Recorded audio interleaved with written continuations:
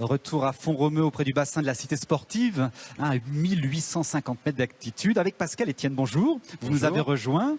Vous êtes le directeur régional Jeunesse et Sport. C'est l'État qui a financé cette fameuse salle là qu'on vient de voir. Hein. Tout à fait. Ça fait partie des derniers financements apportés par l'État avant le transfert du patrimoine de l'établissement à la région. Alors l'État, on compte beaucoup dessus pour l'avenir de cette cité. Alors c'est peut-être un peu prématuré de savoir ce que ça va pouvoir, comment ça va pouvoir se concrétiser d'ici les Jeux Olympiques de Paris. Mais c'est vrai que tous les regards se tournent vers vous.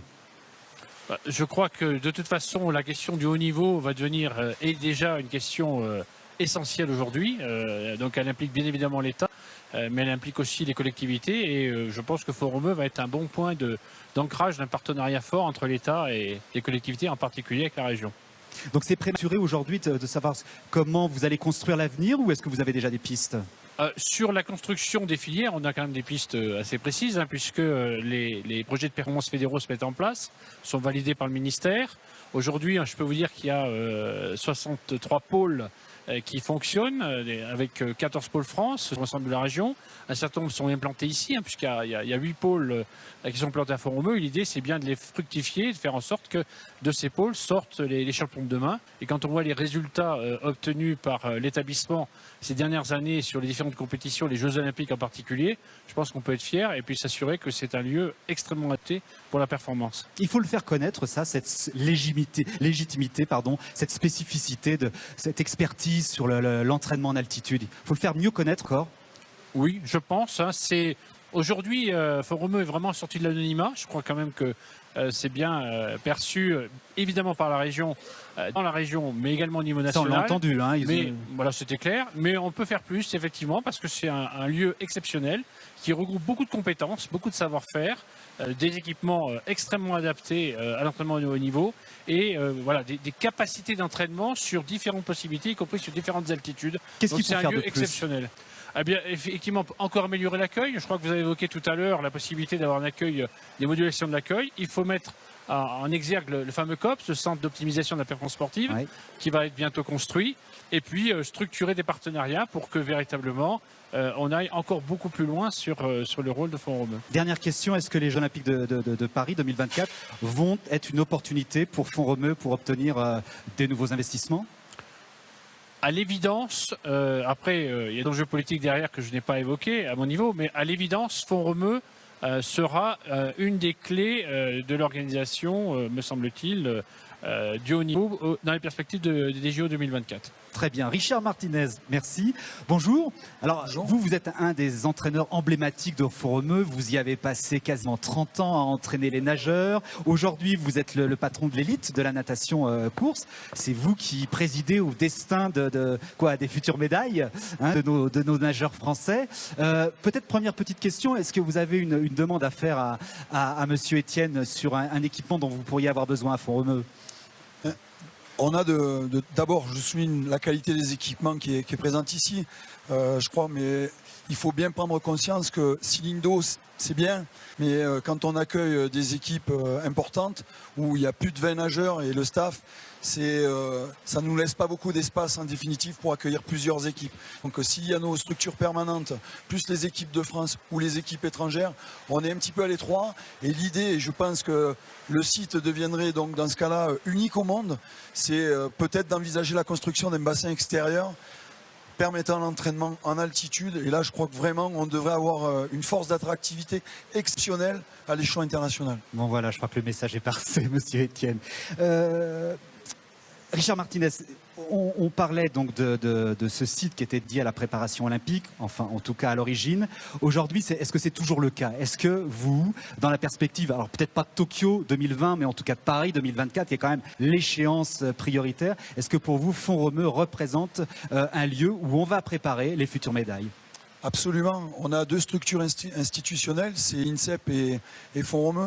Nous, dans le cadre de notre futur PPF, on souhaite vraiment replacer au centre de notre projet sportif fédéral ces deux structures. Donc, bien entendu, on envisage l'avenir, notamment pour les équipes de France, à la fois sur l'INSEP et à la fois sur Font-Romeu. Notamment Font-Romeu dans le cadre de la préparation des épreuves de demi-fond, puisque l'altitude est une condition climatique très, très favorable à la performance en demi-fond. Alors justement, à propos, on va poser la question à Axel Raymond. Quel intérêt pour vous de venir vous entraîner ici? Je rappelle que vous êtes double champion d'Europe, champion du monde donc en eau libre. Vous avez parcouru 25 km en 5 heures. C'était en Hongrie cet été. C'est une performance exceptionnelle. Quel intérêt pour vous de venir, ce qui est le cas aujourd'hui, vous entraîner à Font-Romeu? Oui, c'est ça, je suis en stage. Je passe environ 2 mois par an à Font-Romeu, dans la Tour. Et je trouve vraiment ces installations extraordinaires. Ça me permet de m'entraîner sereinement pour mes échéances, peu importe lesquelles. Que ce soit les Jeux que je n'ai pas encore fait, mais j'espère Tokyo 2020. Et que ce soit les championnats du monde ou championnats d'Europe. Mais tous les ans, je viens et je suis très satisfait de mon entraînement. Et ça, je pense que les résultats le prouvent, que cet entraînement paye. Ouais, ça a été exceptionnel ce qui s'est passé cet été. Ça, c'est sûr. 6 médailles, c'est ça, je crois, au total? 6 médailles, oui. Et donc 4 en or. Oui. Mais plus précisément, expliquez-nous en quoi vous, parce qu'on dit que la préparation en altitude apporte un bénéfice réel dans les jours qui suivent. Vous, c'est dans une semaine que vous escomptez des bénéfices par rapport à votre discipline?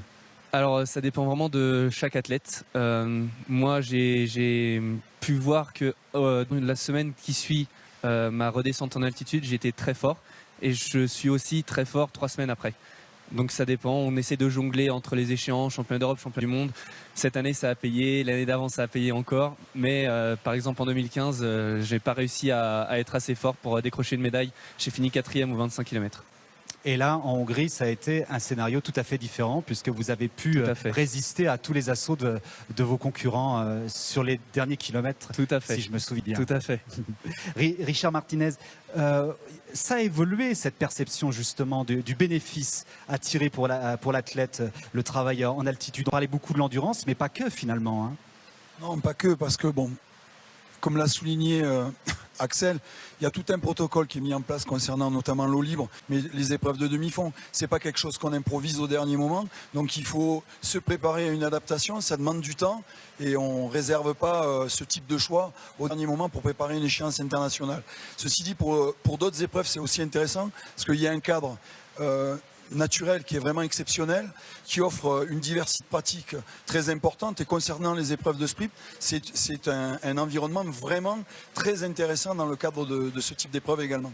J'ai parlé de pépinière de champions tout à l'heure. Est-ce que c'est le cas? C'est vrai qu'on a très peu parlé du collège et du lycée climatique qui sont juste à côté. Est-ce que c'est là que vous allez trouver la relève?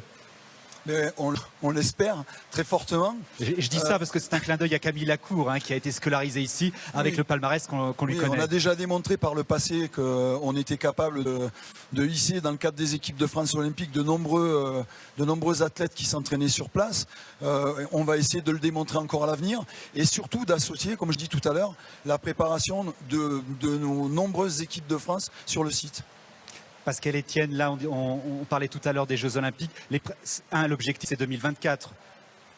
Pas que, non, enfin, bien sûr, 2024 c'est l'objectif, un objectif très fort, très prégnant, mais c'est tout au long de l'année.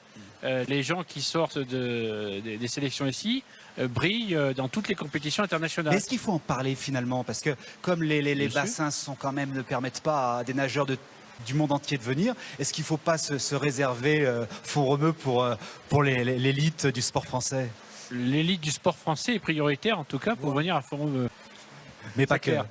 Mais si on rappelle, pour revenir sur les médailles, depuis que Font-Romeu fonctionne, c'est 100 médailles d'or, 52 médailles d'argent quand même. C'est un palmarès exceptionnel. Plus de médailles d'or que d'argent, notez au passage.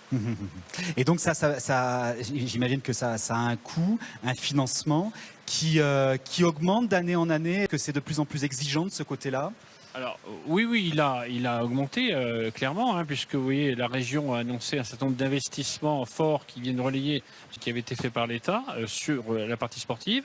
On peut rajouter aussi, et c'est pas anecdotique, que 2 postes budgétaires supplémentaires ont été apportés par l'État récemment dans le cadre donc de la cession du bâti à la région, et qu'aujourd'hui il y a un vrai projet sportif structuré sur Font-Romeu. Oui, tout à l'heure, là, pour vous reprendre, j'avais pris dans mes petites notes 80 athlètes sont venus s'entraîner ici avant les derniers Jeux de Rio.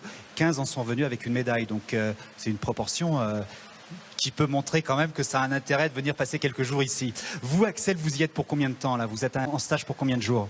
3 semaines là. Et j'ai déjà fait une semaine. Une semaine à raison de combien d'heures d'entraînement? Comment ça se passe? De 6 heures dans le bassin par jour. 6 heures par jour le bassin. Ouais. À faire des longueurs. Oui.